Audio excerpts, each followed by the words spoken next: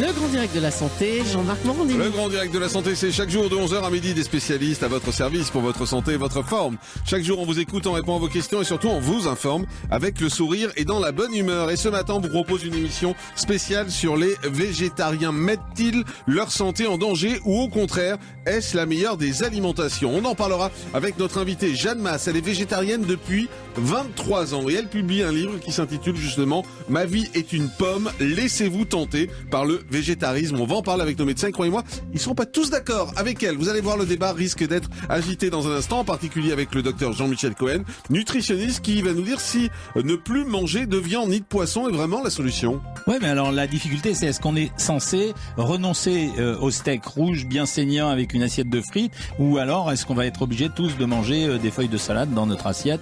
Moi, je suis pas sûr qu'on pourra continuer à manger ensemble, Jean-Marc. Le docteur Martine Pérez est avec nous, généraliste. Elle nous dira si les végétariens ont plus de carences alimentaires ou si c'est une idée reçue. Alors, c'est vrai que les végétariens ont moins de carences alimentaires que les végétaliens qui ne mangent pas de protéines et qui sont carenceux en vitamine B12. Mais c'est vrai que de toute façon, globalement, dans la population française, il y a assez peu de carences, sauf pour certains groupes, et j'en dirai quelques mots tout à l'heure. Le docteur Marcel Ichou est avec nous, généraliste. Il va nous dire pourquoi il n'est pas forcément pour le mode de vie végétarien. Alors, pourquoi ? Parce que sur le plan scientifique, toutes les études montrent qu'il peut y avoir des carences et que ça n'est pas bon, ou alors avec un contrôle extrêmement précis. Mais après, c'est un problème à la limite philosophique, éthique et de vision sur lequel on a affaire comme les croyances religieuses. Quelqu'un qui est juif ou musulman et qui ne mange pas de porc, vous pouvez lui raconter ce que vous voulez, il n'en mangera pas. Et là, on est dans le même cas de figure, puisque parfois ça va même jusqu'à pas porter des vêtements qui sont issus des animaux. Allez, 39-21 si vous voulez réagir sur les végétariens, si vous-même vous êtes végétarien, venez nous dire comment ça se passe. Si vous êtes contre les végétariens et que vous êtes bien décidé à manger des gros steaks bien saignants comme le docteur Cohen, vous faites le 39-21. Et puis Elisabeth Assayag est avec nous, spécialiste médicale de la rédaction d'Europe 1 pour le journal de la santé. Ce sera tout à l'heure à 11h30. Bonjour Jean-Marc, bonjour à tous. Une première greffe réussie d'une oreille, sortie directement d'une imprimante 3D, un pas décisif dans la médecine régénérative. Et puis, faire l'amour améliorait la mémoire à partir de 50 ans. Europe 1. Le grand direct de la santé. À la une, aujourd'hui. À la une, aujourd'hui, c'est l'Observatoire de la laïcité qui a donc adopté un guide sur la gestion du fait religieux dans les hôpitaux pour régler les conflits liés à la religion entre les patients et les médecins. Alors ça peut sembler un peu austère comme ça, mais vous allez comprendre tout de suite de quoi il s'agit, car l'objectif c'est de faciliter le dialogue et surtout d'éviter les incidents entre les patients et les médecins, des incidents parfois liés à la religion. Elisabeth Assayag, vous avez regardé ce rapport et revenons sur ces problèmes qui ne sont pas toujours faciles à gérer au sein des hôpitaux. Oui, parce que ce sont parfois des patients qui refusent, par exemple, des transfusions sanguines, qui ne veulent pas des repas proposés à l'hôpital, des internes qui refusent d'enlever le voile, des situations parfois délicates, ou encore des femmes qui refusent de se faire examiner aux urgences quand l'interne est un garçon, ou même un refus catégorique de se faire examiner par un médecin homme en cas de saignement dans les urgences gynécologiques. Des médecins racontent qu'il faut parfois appeler des services de la sécurité de l'hôpital, voire le commissariat quand le mari refuse que leur femme se fasse examiner. Une religion donc qui s'immisce de plus en plus dans l'hôpital, même du côté des médecins. Une chirurgienne par exemple d'un CHU qui veut porter le foulard lorsqu'elle procède aux visites post-opératoires de ses patients, ce n'est pas possible, c'est porter un signe religieux sur son temps de travail. Donc face à tous ces témoignages, l'été dernier, la Fédération hospitalière de France a lancé le débat en consultant les hôpitaux. Un tiers de ceux qui ont répondu affirment avoir déjà rencontré des problèmes de ce type. Et c'est pour rappeler les règles, la loi, que l'Observatoire de la laïcité va publier un guide que la plupart des médecins jugent utile, mais bien insuffisant compte tenu de la situation. Donc voilà, si vous voulez réagir sur ces sujets, dire ce qu'il faut faire selon vous, vous pouvez faire le 39-21, on va vous prendre dans un instant. Mais auparavant, on est avec Nicole Cadenne, qui est rapporteure générale de l'Observatoire de la laïcité. Bonjour. Bonjour. Merci beaucoup merci beaucoup d'être en direct avec nous ce matin sur Europe 1. Nicolas Cadenne, c'est vrai qu'on se demande finalement si ce guide va vraiment réussir à faire bouger les choses. Oui, quand même. C'est-à-dire on voit qu'il y a des problèmes parce que les règles ne sont pas connues. Et donc, il faut rappeler les règles. Et ce guide le fait de façon très concrète dans des cas qui ont été cités pour que dans des situations de tous les jours qui peuvent arriver, le médecin ou le patient sache quelles sont les règles à appliquer. Donc, c'est quand même important, mais effectivement, ce ne sera pas suffisant. Il faut évidemment que ce soit complémentaire de formations qui soient portées pour les hospitaliers, les personnels, et de campagnes pédagogiques, de campagnes d'affichage pour les patients pour rappeler les règles. Est-ce qu'on peut, par exemple, prendre un exemple concret? Qu'est-ce que vous conseillez quand on a une femme qui arrive aux urgences et qui refuse de se faire examiner par un médecin homme? Alors, tout simplement, il faut lui dire qu'en situation d'urgence, on n'est pas en situation de médecine de ville. Elle ne peut pas choisir son médecin comme ça, comme elle l'entend. Celui-ci me plaît, celui-ci ne me plaît pas. Évidemment, en situation d'urgence, c'est les médecins qui sont à disposition qui doivent pouvoir la soigner.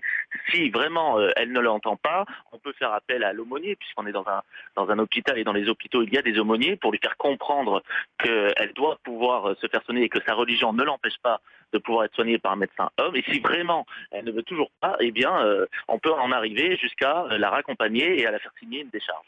Ah, c'est-à-dire que dans ce cas-là, elle ne serait pas soignée du tout? Voilà, sauf si vraiment sa vie est en danger, auquel cas son refus, le médecin pourra s'en affranchir. Et comment ça se passe si le refus vient du mari, par exemple? Si c'est le mari... Alors le mari a encore moins de légitimité à quoi que ce soit. Après, vous savez, il peut y avoir des femmes qui refusent, ou des hommes d'ailleurs, d'être soignés par des femmes pour des raisons de pudeur. Bien sûr, non, mais on peut prendre le sens inverse. Mais si le mari refuse que sa femme soit examinée... non, l'entourage n'a pas là-dessus son mot à dire. C'est vraiment la personne concernée uniquement. Ouais, mais Elisabeth Assayag le disait, parfois il faut faire appel aux services de sécurité. Tout à fait, effectivement, parfois on en arrive à des conflits parce qu'on est aussi dans des situations d'urgence, de faiblesse des personnes et d'énervement qui s'accentuent très vite. Et donc, si le dialogue ne suffit pas, on peut effectivement faire appel à un vigile. Ouais. Vous évoquiez les aumôniers qui sont dans les hôpitaux. Il y a des aumôniers dans tous les hôpitaux? Oui, tout à fait. Alors, parfois, il en manque. Ouais. Donc, il faut effectivement qu'il y en ait toujours, puisque comme vous êtes dans un endroit fermé, contraint, c'est-à-dire que vous êtes à l'hôpital, mais c'est pas de votre propre choix, vous pouvez pratiquer dans une mesure certaine, c'est-à-dire sans perturber le bon fonctionnement de l'hôpital, vous pouvez pratiquer votre culte. Et donc, la loi de 1905 sur la laïcité prévoit effectivement que dans les hôpitaux, il puisse y avoir des aumôniers. Ouais. On évoquait également, par exemple, le cas d'une chirurgienne qui veut porter le foulard lorsqu'elle procède aux visites post-opératoires. Ça aussi, c'est interdit. C'est tout à fait interdit puisque les fonctionnaires en général sont soumis à une stricte neutralité. Les fonctionnaires ne représentent pas leur individualité, leur personnalité, mais représentent l'État, l'administration, et l'administration n'a pas de couleur politique ou religieuse. Donc pas de signe politique ou religieux. Merci beaucoup Nicolas Cadenne d'avoir été en direct avec nous ce matin. Vous êtes rapporteur général de l'Observatoire de la laïcité. On va essayer de comprendre comment ça se passe aux urgences. Par exemple, on est en direct avec le docteur Gérald Kierzek. Bonjour docteur. Bonjour Jean-Marc, bonjour à tout le monde. Merci d'être avec nous. Ça arrive, vous avez été confronté à des cas de ce type aux urgences ? Oui, alors ça arrive il y a deux services particuliers où ça arrive fréquemment, où il y a plus de risques. C'est les urgences, évidemment, parce que ça veut dire que les pompiers amènent une patiente et qu'elle choisit pas le lieu où elle va atterrir. Et le deuxième endroit, c'est les services de gynécologie obstétrique. C'est souvent avec mes consoeurs gynécologues, il y a des problèmes, surtout avec le mari, qui refuse qu'un médecin homme, c'est souvent dans ce sens-là, examine une femme enceinte ou qui arrive dans une situation gynécologique. Donc dans ces deux cas, les urgences et la gynécologie obstétrique, on peut avoir des problèmes. Là, j'entends beaucoup, il faut rappeler les règles, il faut former les gens, ça c'est clair. Il y a du côté des patientes et du côté des soignants. Du côté des soignants, le problème, il est assez vite réglé. C'est-à-dire que si le fonctionnaire, le médecin ne se plie pas aux règles, globalement, c'est sa hiérarchie qui va faire en sorte qu'elle se plie aux règles. Oui, c'est le cas le plus simple à régler, finalement. C'est le plus simple à régler. Ouais. Donc ça, c'est pas tellement le problème. Le problème, c'est de l'autre côté, c'est quand on a effectivement la patiente ou le mari, et même si le mari n'a pas son mot à dire, on voit très bien que dans la réalité, il a tout à fait son mot à dire parce que la femme n'a pas son mot à dire très souvent.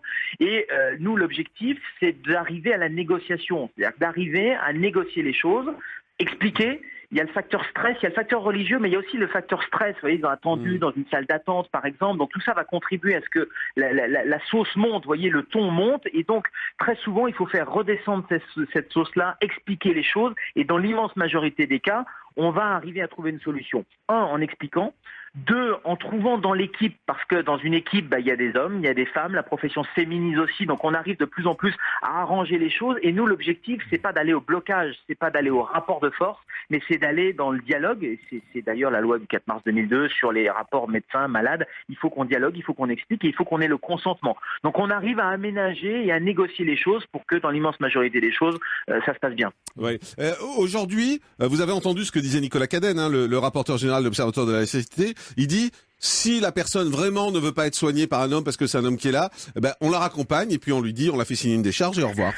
Alors, c'est le libre choix par le patient de son praticien. Donc ça, c'est valable dans les cas généraux. C'est-à-dire que si la patiente ou le patient ne souhaite pas ce praticien, c'est sa liberté, c'est un droit fondamental du malade. Donc il peut effectivement choisir un autre praticien. C'est valable dans l'autre sens. C'est-à-dire que moi, en tant que médecin, j'ai ma liberté de conscience et j'ai ma clause de conscience qui peut me faire refuser de soigner. Alors, hors situation d'extrême urgence vitale, mais il y a urgence et urgence. Il y a l'urgence vitale, mais on voit bien que c'est des cas rarissimes. Et aux urgences, il n'y a pas que des urgences vitale, donc ça veut dire que ça peut être différé, qu'on peut référer le patient ou la patiente à un confrère, à une consoeur ou à un autre hôpital, et effectivement on peut être amené à faire signer une décharge, mais ça c'est hors cas d'urgence vitale. Le cas d'urgence vitale, on avait le même problème avec les témoins de Jéhovah et la transfusion sanguine. Ouais, tout à fait. Ils refusaient d'être transfusés, et bien on a vu que toute la jurisprudence donnait raison à l'équipe médicale qui transfusait parce que l'urgence était telle que c'était notre devoir déontologique que de sauver la vie de la patiente ou du patient témoin de Jéhovah. Donc c'est pas uniquement que des problèmes religieux liés à l'islam,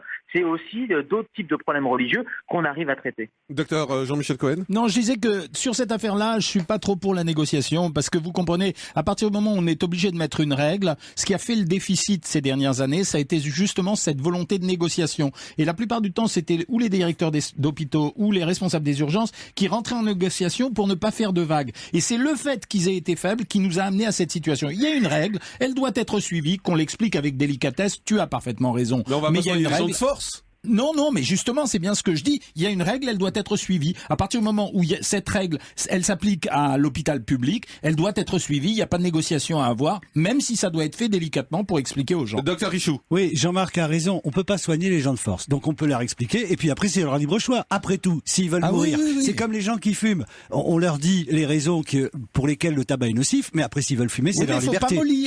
Faut pas mollir. Ouais, Docteur Martine Pérez. Attendez, Docteur Martine Pérez, je vous donne la parole. Je suis tout à fait d'accord avec vous. Écoutez, je crois qu'à un moment donné, il y a des gens qui malheureusement vivent en France avec des notions qui sont inexactes, qui sont fausses. Ils n'ont pas compris que la vie était en danger. Et je crois qu'une petite phase de négociation, tant pis si elle augmente le temps médical, eh bien, c'est nécessaire pour pacifier les choses. Moi, je partage pas votre point de vue parce que sinon, ça va être la guerre civile partout en France. Et puis on peut pas se battre aux urgences. Moi, quand je rentre dans un box d'urgence et qu'il y a une situation qui est extrêmement tendue, mon devoir médical, c'est de faire descendre cette tension-là de façon à ce qu'il y ait un consentement aux soins. Et ce consentement aux soins, soit il est donné après négociation, soit il n'est pas donné. À ce moment-là, hors urgence vitale, à ce moment-là, les patients vont choisir un autre praticien et vont aller à un autre endroit, ça c'est sûr. Après, il y a des situations d'extrême violence, c'est-à-dire qu'il y a des situations d'extrême violence où le mari a frappé, par exemple, un confrère gynécologue obstétricien, et là c'est du pénal, et là c'est tolérance zéro, et je rejoins Jean-Michel là-dessus. Tolérance zéro, c'est une plainte, et d'ailleurs les patients et la famille ont été condamnés. Ouais, c'est évident que sur les coups et la violence, c'est impardonnable, bien évidemment. Merci beaucoup,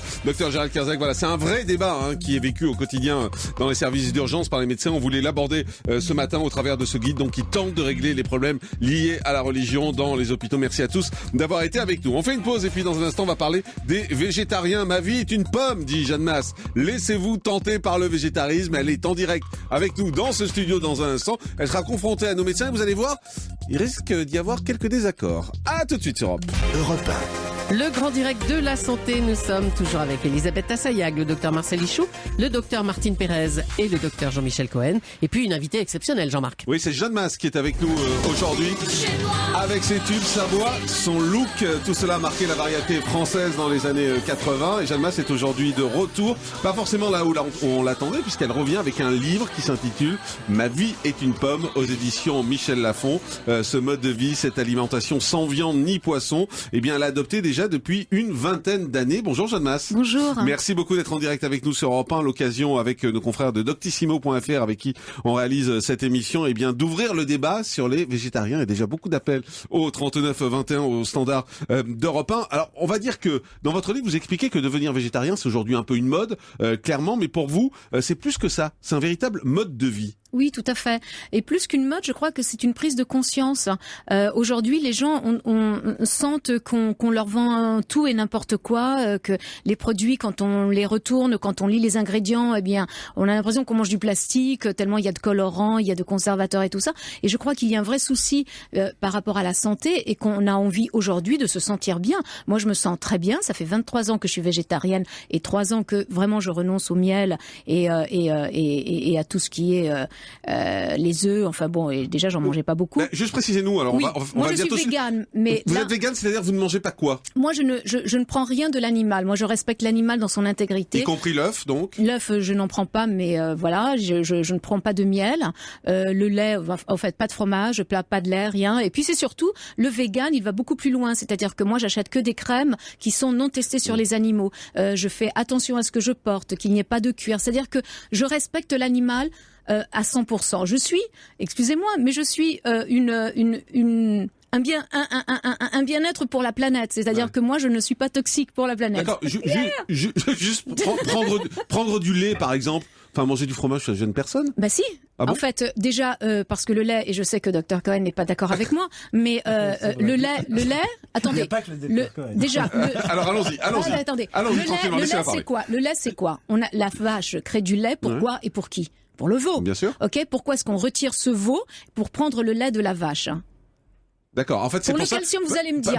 Parce que vous avez le sentiment finalement qu'on, entre guillemets, on vole ce lait. Mais bien sûr qu'on le vole. Dr Cohen là-dessus, parce que c'est. Non, mais il faut refaire la répartition des choses. Vous avez d'abord 3 systèmes. Vous avez le premier système qui est le système végétarien. Le végétarien, il a le droit de manger tout ce qui n'est pas l'animal mort, la chair morte. Ce n'est pas et certains végétariens d'ailleurs consomment des poissons pour une logique que je ne comprends pas très bien. Alors ça, j'arrête tout de suite, docteur. Je veux dire, un poisson est un animal. Le végétarien ne devrait pas toucher au poisson. Je suis d'accord avec vous là-dessus. Alors, pourquoi les végétariens? Il y a 2 raisons. Il y a 2 vraies raisons. La première raison, la souffrance animale. La souffrance animale, c'est une prise de conscience qui est venue progressivement, qui a été amplifiée par les médias récemment parce que les reportages sont absolument épouvantables. Et la deuxième raison, c'est les arguments de santé, parce que il est exact que les végétariens sembleraient jouir d'une espérance de vie plus importante que les autres. On se questionne quand même aujourd'hui pour savoir si c'est vraiment la nature de ce qu'ils mangent ou le fait que ces gens-là soient extrêmement précis sur leur alimentation. Oui, alors vous le savez autant que moi, c'est que consommer beaucoup de viande, beaucoup de graisse animale contribue à toutes les maladies cardiovasculaires. Oui, le végétarien, justement, il diminue tous ces risques, il équilibre ses cholestérols, puisqu'il y a le bon et le mauvais cholestérol, on a besoin des 2 cholestérols, voilà. Donc le végétarien, finalement, eh bien, il prend sa santé en main. Ça a toujours été un problème pour vous, l'alimentation. Depuis que vous êtes petite, vous le racontez dans le livre, vous décrivez que la nourriture a toujours été un problème, voire même une torture. Vous dites, à 15 ans, je suis devenue aussi fine que possible, et ce n'est certainement parce que je ne m'alimente pas mieux, mais c'est parce que j'ai appris à vomir. Donc il y a toujours un problème de rapport avec l'alimentation. Oui, mais moi, c'est un cas. C'est-à-dire que moi, en fait, ma relation avec l'alimentation, à partir du moment où j'ai compris que la viande était quelque chose qui me dégoûtait, c'était quand on me forçait à en manger, c'était pour moi comme une punition. Donc, en fait, c'est vrai qu'il y a eu un vrai problème avec la relation avec la viande, puisque jusque-là, il n'y avait pas d'information pour les végétariens comme moi qui voulaient devenir végétarienne. Mais ça, ce dégoût de la viande, ça s'explique un peu par cette histoire du lapin que vous racontez. Oui, voilà. Ça a commencé par le lapin. Ça a commencé à 8 ans. J'étais en vacances en Espagne avec ma mère, et puis elle m'emmène au marché, et puis là je vois donc un stand avec des œufs et tout ça, normal, et puis plein de petits lapins dans une cage, et puis l'une des clientes demande le lapin comme ça, et je vois le gars prendre le lapin et les tirer entre les pattes de derrière et la nuque comme ça, et le jeter d'un côté. J'ai vu ce lapin comme ça, en train de trembler, en train de agoniser. Et quand on est petit, vous savez, les enfants... Non, mais c'est un traumatisme. Mais clairement, on le comprend tous, et d'ailleurs, il y a qu'à voir les réactions. Tout le monde fait la grimace en vous entendant. Aucun enfant ne veut manger de l'animal. Très souvent, les enfants ne savent pas que ce qu'ils ont dans leur assiette est de l'animal. Mais votre mère l'a pas bien compris. Mais ma mère, c'est normal qu'elle le comprenne pas, la pauvre. Quoique, elle avait accepté que je ne mange plus jamais de lapin, mais par contre, la viande, à l'époque, devenir végétarien, c'était une angoisse. Et une fois adulte, quand votre carrière a explosé, là encore, vous n'avez pas vraiment trouvé votre équilibre alimentaire. Vous racontez, je mangeais que quelques pommes de terre le midi et 2 tomates le soir. Oui. Mais comment vous teniez? Eh ben, je tenais. Eh ben voyez-vous, et je ne tombais jamais malade. Et quand je suis partie dans le sud de la France, je faisais 2 heures de vélo dans les montées comme ça, du côté d'Aix-en-Provence. Je n'étais jamais malade, j'avais une forme d'enfer et je ne mangeais que des légumes parce que moi j'aimais pas les œufs et tout ça. Mais vous savez, Jean-Marc, si aujourd'hui j'écris un livre, c'est pas pour me amener des fleurons ou quoi que ce soit ou des awards. C'est tout simplement qu'il y a une mauvaise information et que moi finalement aujourd'hui j'ai acquis tellement par rapport à ça qu'il est important de donner aux gens une alternative. Parce que c'est vrai que quand on devient végétarien, on peut faire la bêtise d'arrêter de manger des choses essentielles. Et ces choses essentielles, on peut les trouver ailleurs. On peut les trouver dans les céréales, dans les légumineux, dans tout ça.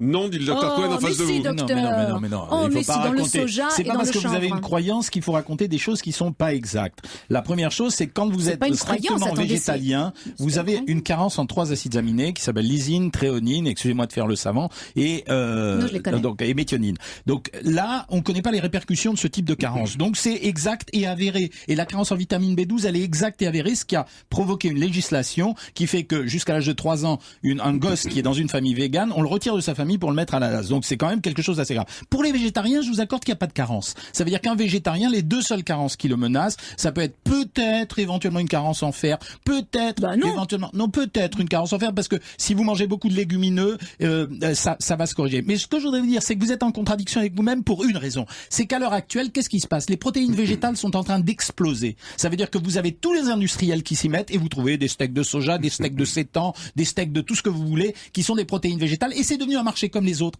Donc ça veut dire que tout à l'heure j'étais en accord avec vous sur la contestation des additifs, des colorants, etc. Mais au bout du compte, ça va être récupéré de toute façon. Et donc, moi, je trouve ça, si vous voulez, c'est un combat pour un autre combat. Non, docteur, vous m'avez entendu dire steak végétal. Là, dans mon discours, absolument pas. Je n'ai pas ça comme exemple. J'ai parlé de chanvre, qui contient les 9 acides aminés dont on a besoin. Mais non, mais pas celui-là, les graines de chanvre, pas vu comme ça. Et même, il paraît pas que ceux qui se fument, voilà. Comme on est à la radio, je précise les gestes qui sont en train d'être faits autour de la table. Voilà, les graines de chanvre qui contiennent les 9 acides aminés dont on a besoin. Donc je ne dis pas n'importe quoi. Ça se trouve partout, et Jeanne. le soja. Mais non, pas partout.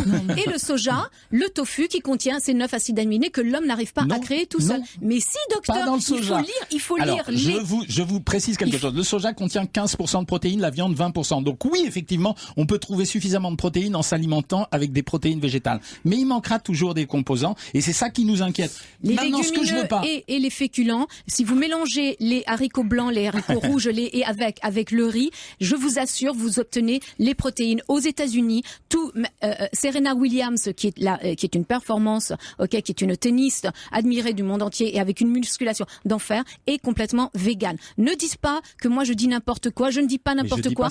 Aujourd'hui, personne n'a dit ça. Si vous disiez n'importe quoi, vous n'aurez pas donné la parole, vous n'aurez pas invité de toute façon. Docteur Ichou. Et je ne me contredis pas. En revanche, il y a un débat et c'est pour ça qu'on vous a invité parce que c'est intéressant. Et parlez dans le micro, docteur. Pardon, je ne reviens pas sur votre croyance et votre vision. Mais ce n'est pas une croyance, c'est un style de vie. Laissez-moi parler. Laissez-moi parler. Je vous ai écouté. C'est une croyance. Pourquoi? Parce que même si vous avez la meilleure expérience du monde, vous ne pouvez pas lutter contre la science et les gens qui sont non seulement qui ont les connaissances et qui font des études dessus. Et quand bien même vous seriez médecin, docteur en physique, etc., il y a un point de vue et puis il y a le point de vue général. Donc ça c'est le premier chose. Alors excusez-moi de vous interrompre, mais mon bouquin ne parle de mon expérience, mais ne fait que des références à des scientifiques. Jamais. Voilà. Attention, je ne suis pas docteur. Pardon. Vous avez d'autres scientifiques. Ensuite, si on va au bout de votre philosophie, on ne fait pas. Quelle est ma philosophie? Retraduisez-la. Vous ne voulez pas faire, en quel que soit, une souffrance de l'animal. Vous voulez respecter l'animal. Parce que vous considérez que l'animal n'est pas créé. Mais j'ai pas dit que c'était bien. Mal. Je dis simplement que, allons au bout de la logique. Le monde n'est pas un tapis de bonnes choses, de bons sentiments. Or, que faites-vous? Des études qui ont permis de faire avancer la science. Par exemple, tous les médicaments ont une première phase expérimentale sur les animaux. Qu'est-ce qu'on en fait? Parce que si on le faisait pas, on va au détriment de notre santé. Ça, c'est la première question. Et la deuxième question, si on va au bout de votre raisonnement, est-ce que vous marchez sur le sol? Oui, monsieur. Eh bien, madame, Jeanne, pour être plus courtois, vous tuez des animaux. en marchant Mais je fais sur le attention sol. quand mais je vous marche. pouvez pas faire attention parce que des petits animaux, il y en a partout. Alors là, on part sur un autre Mais non, mais débat. c'est le problème, c'est Oui, la attendez, philosophie. alors maintenant, Attendez, non, parce que ça part dans tous les il y a sens. Juste un mot. conscience et inconscience. Ouais. Voilà. Alors là, excusez-moi, quand on tue consciemment des animaux pour s'en alimenter, quand on gave des oies consciemment parce qu'on a envie de se faire du foie gras à Noël alors que c'est même pas salutaire, c'est conscient. Si moi, évidemment, j'ai tué un microbe en marchant Bien sûr. dessus, c'est inconscient. Jeanne, juste d'un mot, comment vous réagissez quand vous entendez les médecins qui sont là, qui disent mais attention, voilà, c'est pas aussi clair que ça. Est-ce que ça vous met un doute ou pas du tout? Non, moi je n'ai pas de doute parce que je suis la preuve vivante pour l'instant que ça marche. Et il y en a que d'autres. Je me sens en pleine santé. Vous pouvez me faire une prise de sang right now. Maintenant, je veux dire, je n'ai pas de Non, un carence. bisou. on peut Et le dans faire. un instant, on prendra Corinne, on prendra Charlie, on prendra Eve, on prendra Gaël, on Mais prendra ils ont Roland, raison. on prendra Dani. Au Standard d'Europe 1, ils veulent défendre justement ce côté Mais végétarien. en même temps, ils ont raison parce qu'il faut être prudent. On ne devient pas végétarien comme ça. Il faut être prudent. On fait une pause, on se retrouve dans un instant. On est avec Jeanne Masse pour son livre Ma vie est une pomme. Laissez-vous tenter par le végétarisme. Et c'est paru chez Michel Lafon, son témoignage. Elle est toujours avec nous et elle est là jusqu'à midi dans ce grand direct de la santé. À tout de suite. Vous écoutez Europe 1, il est 11h30, le journal de la santé avec Elisabeth Assayag. Une petite révolution pour les enfants diabétiques. Ils vont pouvoir mesurer leur taux de sucre sans se piquer le doigt. Une première greffe réussie d'une oreille sortie directement d'une imprimante 3D. C'est un pas décisif dans la médecine régénérative. Et puis faire l'amour, améliorer la mémoire à partir de 50 ans. Les enfants diabétiques vont pouvoir mesurer leur taux de sucre sans se piquer le doigt.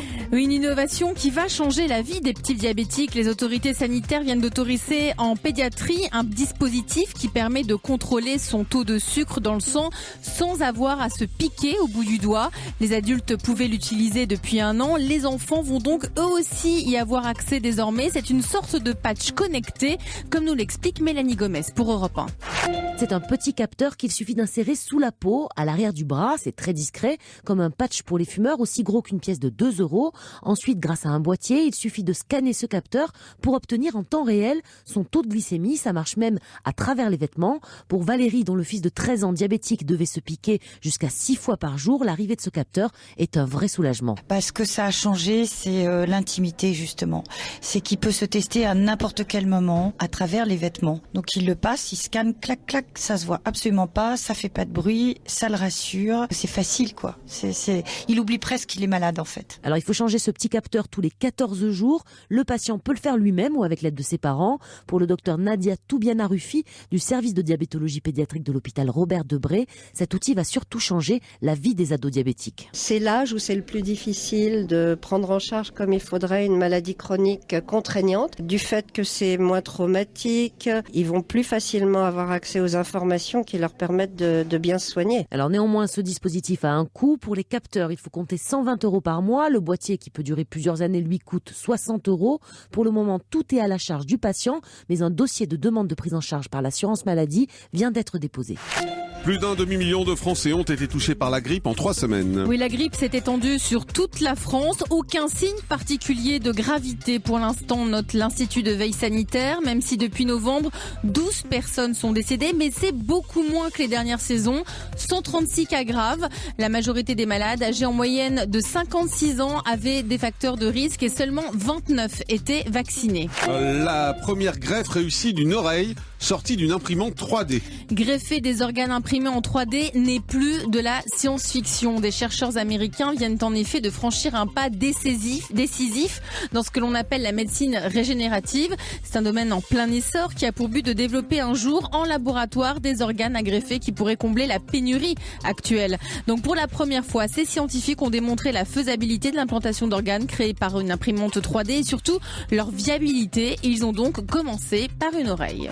Une oreille qui a des particularités. D'abord, elle a été imprimée à partir d'une encre spéciale composée de 2 ingrédients, une sorte de plastique biodégradable, inoffensif pour l'organisme, qui permet de donner la forme à l'organe désiré. Et puis l'autre ingrédient, c'est un gel contenant des bulles dans lesquelles se trouvent des cellules vivantes. Et c'est là toute l'originalité de cette oreille. Elle ressemble à la fois complètement à une oreille humaine grâce à sa structure plastique, mais en même temps, elle est composée de véritables cellules vivantes. Cette oreille a donc été greffée sous la peau de souris et c'est là que la prouesse a eu lieu, non seulement la greffe a pris, mais surtout au bout de seulement 2 mois, la partie en plastique de l'oreille a totalement disparu. Elle a en quelque sorte servi de tuteur et à la place du cartilage vivant s'est formé. L'oreille 3D est donc devenue une véritable oreille et des vaisseaux sanguins se sont même mis à l'irriguer comme un organe naturel. C'est donc une véritable prouesse qui a été réalisée par ces chercheurs, d'autant qu'ils ont également réussi l'expérience avec de l'os et du muscle, eux aussi imprimés en 3D. Alors même si ces travaux doivent être confirmés, cette équipe espère déjà passer à des essais chez l'homme d'ici 2 ans. Faire l'amour améliorerait notre mémoire. Et oui, les scientifiques britanniques recommandent aux couples de plus de 50 ans d'avoir une activité sexuelle régulière pour lutter contre le déclin cognitif qui commence lors de ces années.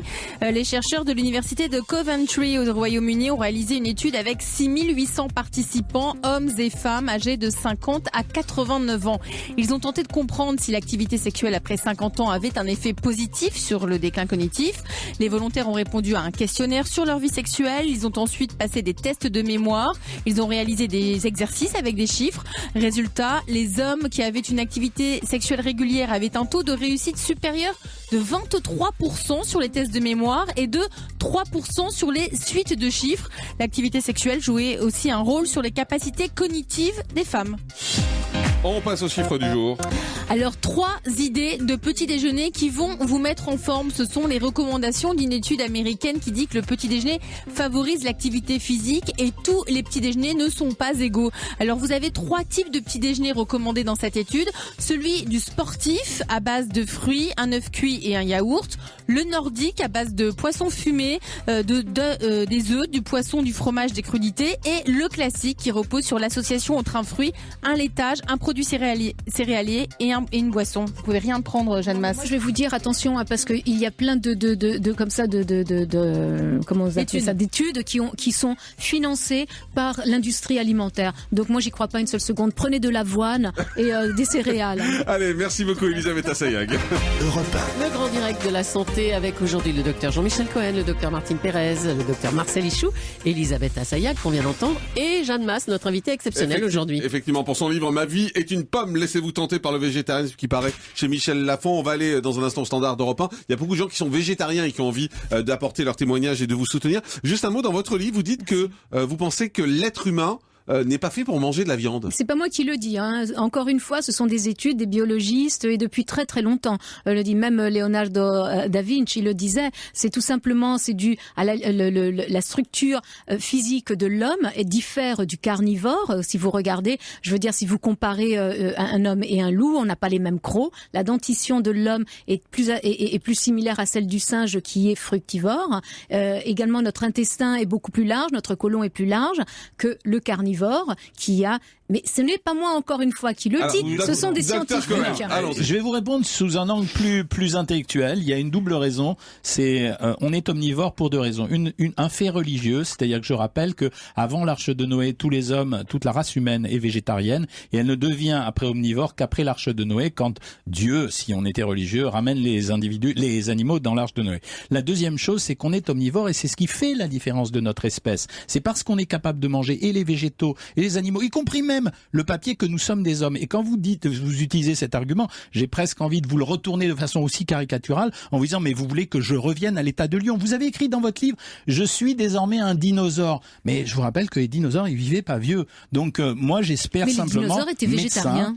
En tant que médecin, non mais d'accord, mais en tant que médecin, j'essaye de progresser. Hein. Oui, j'essaye de progresser. Et c'est grâce aux protéines qu'à un moment donné, les hommes ont pu se redresser sur leurs 2 jambes, qu'on a vu leurs canines pousser, de telle façon à ce qu'ils puissent consommer des aliments. Voilà. Oui, mais docteur, excusez-moi, l'homme est incapable de chasser. Mais je vous ai pas dit qu'il fallait manger de la viande pour autant. Je vous ai dit, je cherche une dose de protéines. Docteur Martine Pérez, est-ce que la suppression des aliments d'origine animale peut entraîner des carences nutritionnelles? Bien sûr. Alors, on sait effectivement. D'abord, il y a une chose importante à dire, c'est que les végétariens et les végétaliens sont extrêmement calés en nutrition. Ouais. Ils vous expliquent toujours. Moi, j'ai quelques amis végétariennes et végétaliennes, et quand je proteste, vous leur parlez quand même. Oui. Et quand je leur parle et que je leur dis, non mais bien sûr, non mais moi je n'ai rien contre les végétariens et les végétaliens. Le vrai problème, c'est que souvent eux sont assez sectaires, et quand vous leur dites que vous mangez de la viande, vous êtes quasiment comparé à un assassin, et ça m'exaspère parce que je pense effectivement que tout le monde est contre la souffrance animale.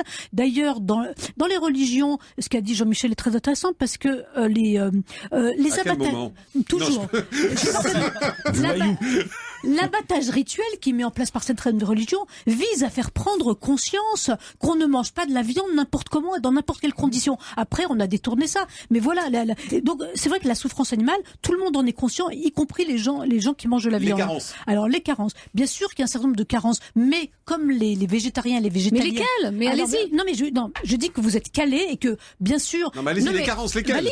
Donnez-moi les carences. Je vais vous expliquer. Oui. Les végétariens, on mange un peu moins de protéines, mais ils compensent avec des protéines végétales. Non, vous parlez avec votre ventre, pas avec. Je veux dire les. J'explique simplement qu'il y a c'est beaucoup. Quand on est omnivore, on n'a aucune carence parce qu'on mange de tout. Quand on est végétarien, on mange moins de protéines animales. Mais l'éléphant dans les végétaliens. Non, mais je sais pas ce qu'il prend ces protéines. Il n'a pas le même métabolisme. Non, mais il n'a pas le même métabolisme. Nous ne sommes pas des éléphants, heureusement, sinon nous ne rentrions pas dans ce studio. Mais bref, peu importe. Il y a un certain nombre de carences qui sont composées par des modifications alimentaires.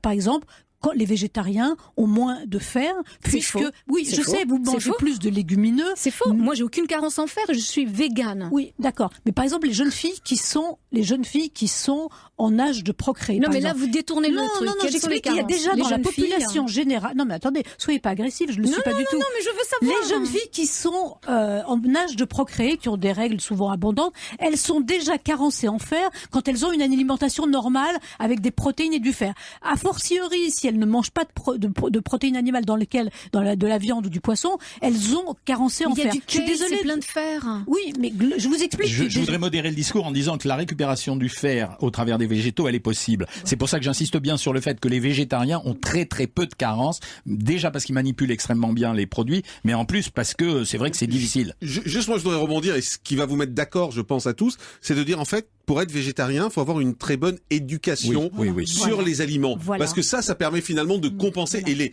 éventuelles carences dont parle Martine, finalement, vous les compensez en prenant autre chose. Donc ça veut dire que être végétarien, c'est pas tout à coup décider du jour au lendemain, j'arrête de manger. C'est ce qu'on a dit tout à l'heure et c'est ce que je dis dans mon livre. On ne devient pas végétarien du jour au lendemain. On étudie et on se renseigne. Il faut étudier et je donne tous les dans le livre. Voilà, dans le livre, je donne. Mais bien sûr, mais ça ne suffit pas. Mon livre n'est pas suffisant. Il faut aller sur Internet, il faut aller vérifier. Donc c'est une éducation. Être végétarien, c'est une éducation. On va prendre Karine qui est au standard d'Europe 1. Bonjour Karine. Bonjour Jean-Marc, bonjour à Jeanne-Masse et bonjour. Bienvenue sur l'antenne d'Europe 1. Vous êtes végétarienne? Oui, tout à fait. Végétarienne depuis 8 ans. C'est ça. Voilà, et je me végétalise de plus en plus puisque aujourd'hui, quand je consomme un morceau de fromage ou un verre de lait, j'imagine le veau qui est séparé de sa mère à la naissance et ça devient insoutenable, insupportable. Donc je ne peux plus. Voilà. Aujourd'hui, je n'achète plus de produits testés sur les animaux. Je ne consomme plus aucun produit, que ce soit la viande, le poisson, les crustacés, les crevettes, le saumon, tout ce que vous voulez.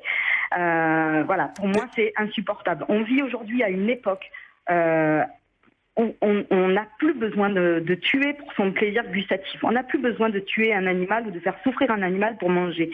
Il y a suffisamment de façons de se nourrir. Faut pas croire que les végétariens mangent de la salade, de la carotte. Karine, une petite question personnelle. Vous avez des enfants? Oui, j'ai des enfants. Ils sont végétariens aussi? Ils ne sont pas végétariens, je ne leur impose rien, c'est mon choix à moi. Ce sont mes propres choix, ce ne sont pas les leurs. Donc ils mangent comme moi. Maintenant, s'ils ont envie de manger un morceau de poisson ou un morceau de viande, ça ne me pose pas de problème. Je leur cuisine, je leur prépare s'ils en ont envie, mais moi je n'en consomme pas. Merci Karine, on va prendre Shirley également. Bonjour Shirley. Oui, bonjour Jeanne-Masse. Bienvenue sur l'antenne d'Europe 1. Vous êtes végétarienne depuis plus de 15 ans, c'est ça? Oh bah oui, disons que je vais avoir 35 ans cette année et de souvenir, j'ai commencé à être végétarienne vers l'âge de 6-7 ans réellement. Quoi. Avec un déclic? Déclic, l'émission 30 millions d'amis. Voilà, je regardais les reportages sur les transports d'animaux, sur les conditions d'abattage et ça a été radical. Ah oui, et à ce moment-là, vous avez dit, voilà, j'arrête et plus jamais je ne mangerai de viande. Mais quand vous entendez Jeanne-Masse, par exemple, qui vous dit, moi, même le lait, je n'en mange plus de fromage non plus, est-ce que c'est pas poussé un peu trop loin? Non. Alors moi j'ai de gros questionnements justement par rapport à ça. Je fais mon chemin, je n'en suis pas encore là. Je suis origine de Normandie, donc le beurre, la crème, le lait, c'est encore bon. Voilà. On a des ruches également à la maison. Mais non, c'est donc, pas bon. Après on les on rajoute des hausses effectivement, donc voilà, mais voilà. Après, moi ce que je voudrais dire, c'est qu'on met toujours en avant le lait de la vache, alors que le lait de la vache, on le sait, il n'est pas digeste pour l'homme. Il y a le lait de jument, il y a le lait de chèvre. Oh mon Dieu, quelle horreur. Mais oui, écoutez, mais voilà, il y a d'autres exploitations. Je veux dire, à la limite, si vous voulez continuer avec le lait, mais prenez plutôt du lait de chèvre qui est plus digeste, prenez du lait de brebis aussi qui est plus digeste et dont la protéine est plus digeste pour l'homme. Mais ça, ce sont des recherches que j'ai lues. Ils sont simplement beaucoup plus gras, plus riches en protéines et plus grands. Plus riches en protéines. Le problème, c'est la protéine. Mais là, vous parlez de la souffrance animale, je vois pas le rapport qu'on fasse souffrir une chèvre. On parlait de lait. Ah oui, mais d'accord, mais le lait, que ce soit du lait de vache ou du lait de chèvre, ça change. Maintenant, je vais vous dire une chose. On parle de la souffrance animale. Il y a une façon aujourd'hui qui permettrait à l'animal de donner sa viande à l'homme sans souffrance. Pourquoi est-ce qu'on n'envisage pas également ces méthodes? Pourquoi est-ce qu'on tue les animaux avec une barbarie qui est insoutenable? Pourquoi est-ce que les abattoirs aujourd'hui n'étourdissent pas l'animal avant même de le tuer? Je trouve ça scandaleux. Bien sûr parce que également, et on le sait, je veux dire, un animal qui souffre va créer encore plus de toxines et l'homme va toutes les récupérer. Donc aujourd'hui, préoccupez-vous du bien-être de l'animal, donnez-lui une mort digne et salutaire pour l'homme. Alors, on va prendre quelqu'un qui n'est pas d'accord avec vous, c'est Étienne. Bonjour Étienne. Oui, bonjour. Bienvenue sur l'antenne d'Europe 1. Vous dites, l'homme a des canines comme les félins, il est fait pour manger de la viande. Montre-les-moi. Oui, absolument. Je peux vous les montrer, j'ai mes radiographies dentaires, il n'y a pas de problème. Alors, allez-y, expliquez-moi Étienne. Tout simplement, l'homme a des canines comme les félins. Il est censé manger de la viande. Et je rappellerai à Madame Jeanne Mas que Jean-Pierre Coff a lui-même dit, avant de peler mes carottes, je leur parle pour qu'elles ne souffrent pas. De même que faut pas tondre les moutons parce qu'on prend de la laine, on peut leur faire du mal. Non, il faut pas tondre le mouton avec violence. C'est ce que font les Australiens et c'est une honte. Ok, on doit tondre les moutons parce que ça leur fait du bien, mais on peut le faire avec douceur, gentillesse et respect. Deuxièmement, moi, monsieur, je remercie mes carottes et je remercie et je remercie tous les légumes de me donner leurs vitamines. Donc moi, je ne torture pas. Moi, je remercie les animaux d'avoir sacrifié leur vie pour me nourrir, comme le font les Indiens. Eh bien, c'est très bien, c'est tout à votre honneur. C'est ce que font les Indiens. C'est ce que font les Indiens, et eux-mêmes font attention à ne pas écraser des bactéries ou des fourmis quand ils marchent. Eh bien, chez moi non plus. C'est ce que vous avez dit tout à l'heure. Voilà, c'est très bien, monsieur. Mais Étienne, est-ce que vous comprenez ces gens qui renoncent à manger de la viande ou du poisson? Oui. Moi-même, je n'ai jamais tué un animal.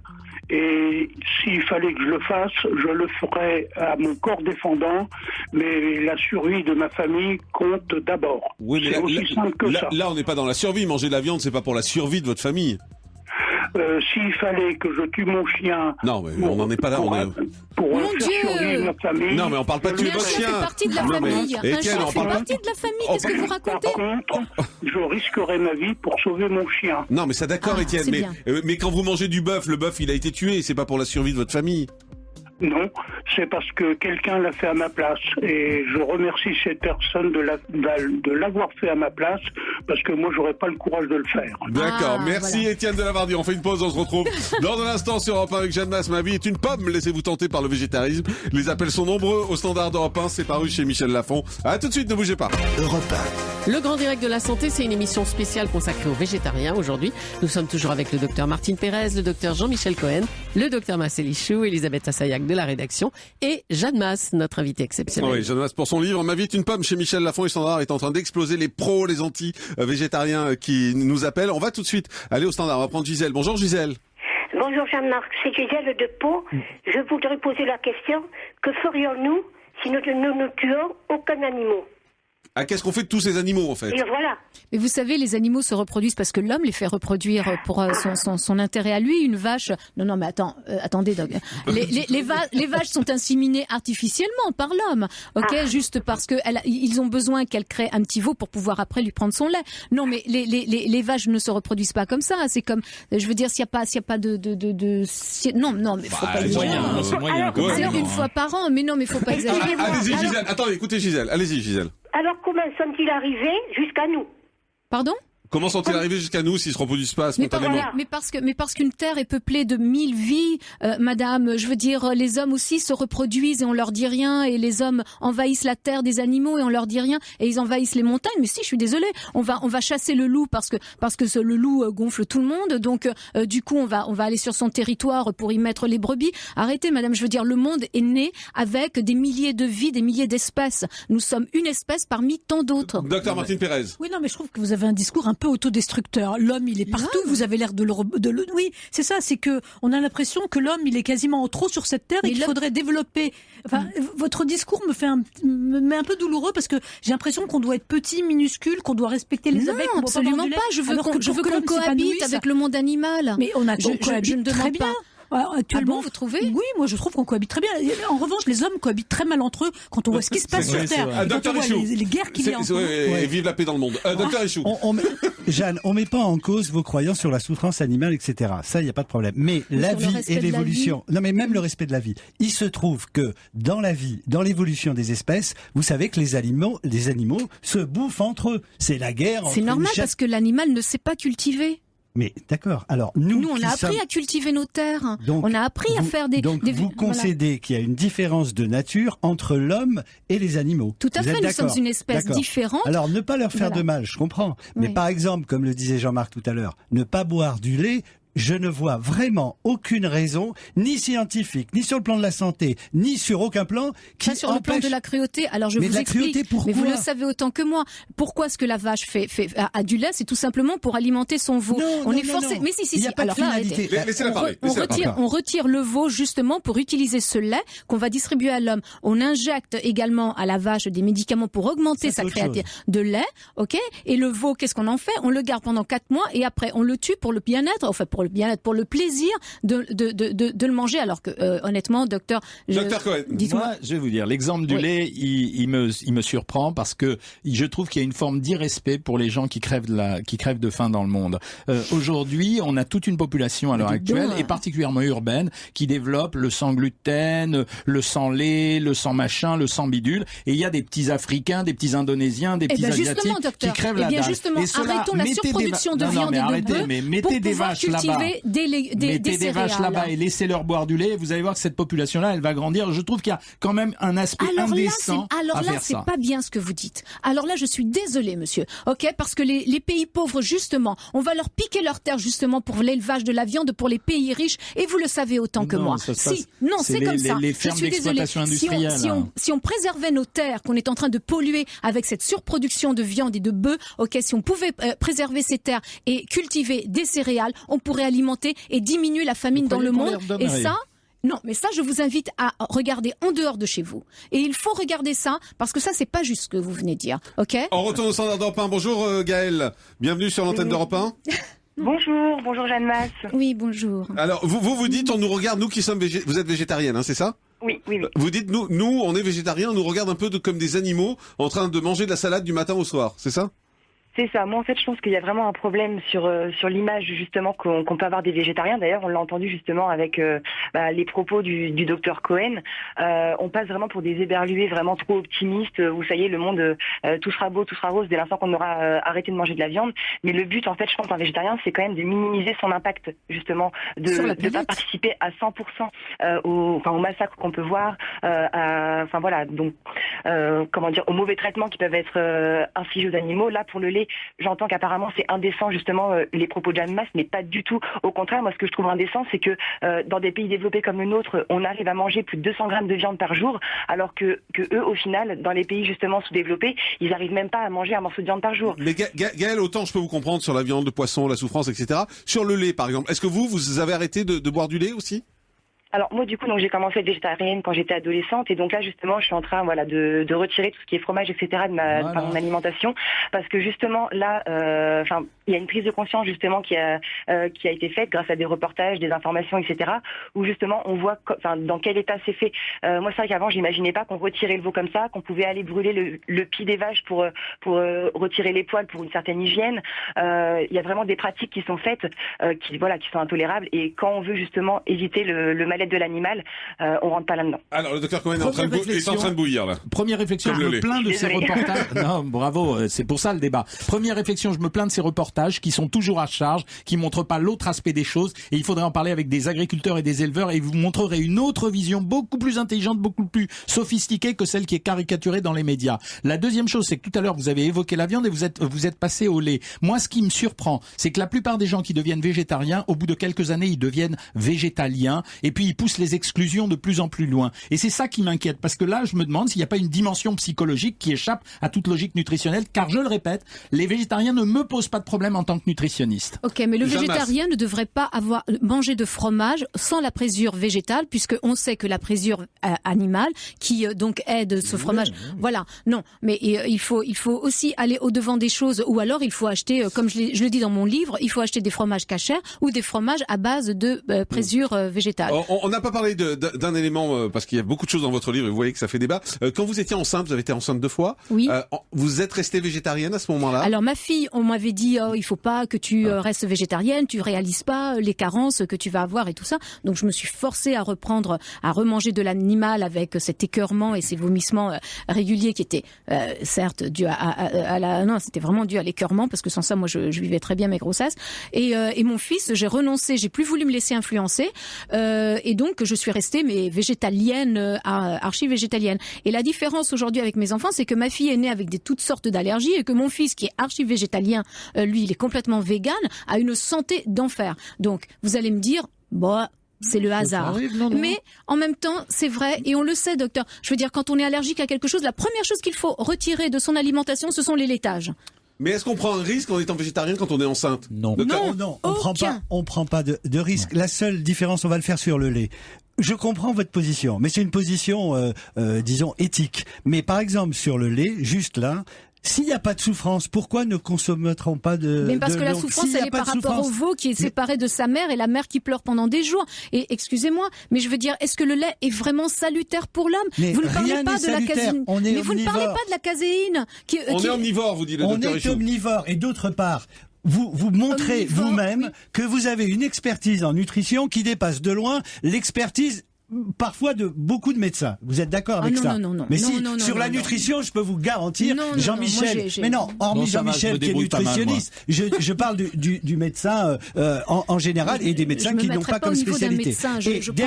Dernier point, ça nécessite donc une éducation mais énorme, ce qui crée des difficultés. Alors laissez-la parler. Aujourd'hui, le calcium, puisque c'est de ça dont on parle de calcium, n'est-ce pas, docteur? Oui. Le calcium aujourd'hui, on en trouve dans les végétaux, on en trouve dans l'eau, on en trouve dans les céréales. Arrêtez avec votre histoire de lait dans le calcium. La vache trouve son calcium dans le gazon. Ok, donc je vous en prie. Je veux dire, vous mangez et vous buvez du lait parce que vous aimez ça, pas parce qu'aujourd'hui on ne sait pas comment le remplacer. On aime ça. Est-ce qu'on a le droit?